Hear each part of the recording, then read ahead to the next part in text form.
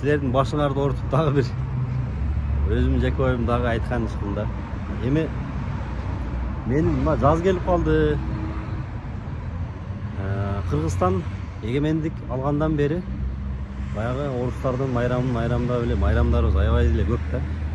Майрам болсун эми не только ушул майрам күндөрү эмес, адамга, бизге, мусулмандарга ар күн майрам болсо болот.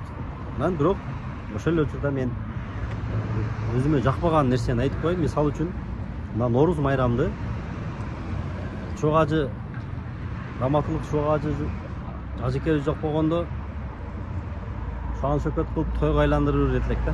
Бирок дагы деле бар да, ушу Норузду майрамдап, Норузду майрам деп жүргөндөр.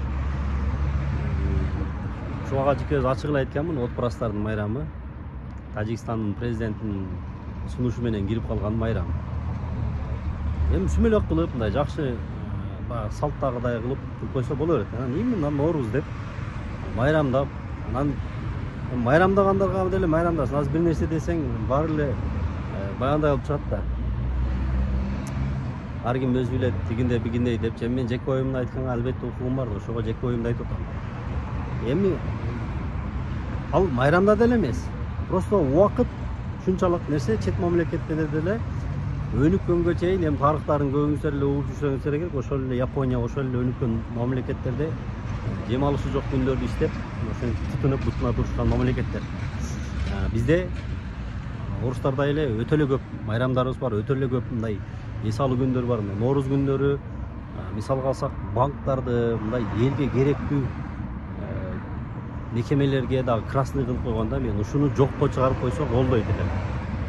Урматтуу бийлик өкүлдөрү, жогорку кеңештин депутаттары ушундай бир мыйзам долбоорун көтөрүп, ашыкча нерселерди, ашыкча чыгымдарды токтотсок жакшы болмок.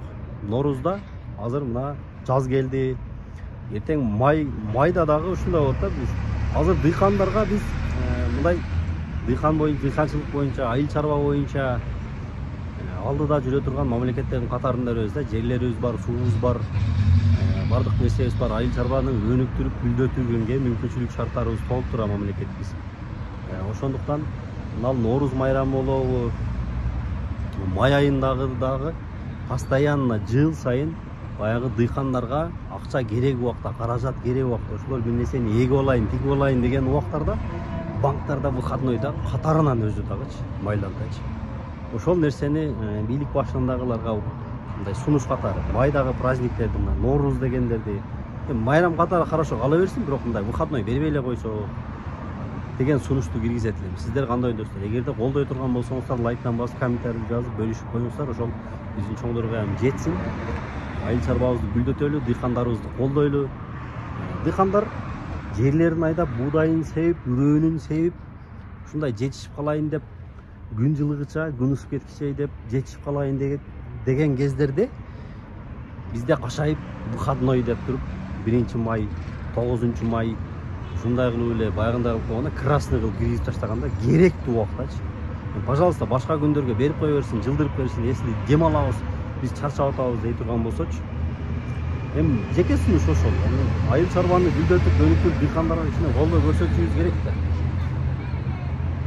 Ошол негизинен эле жалпысынан алганда өзүбүздүн майрамды майрамдайлы, эгемендиктин майрамдайлы, Орозо айтты майрамдайлы, Курман айтты майрамдайлы, мына чыныгы мусулмандардын майрамы. Ошол күндөрдөн деги эле болсо мусулмандар үчүн күндө майрам болуш керек ошого. Бирок красный жок.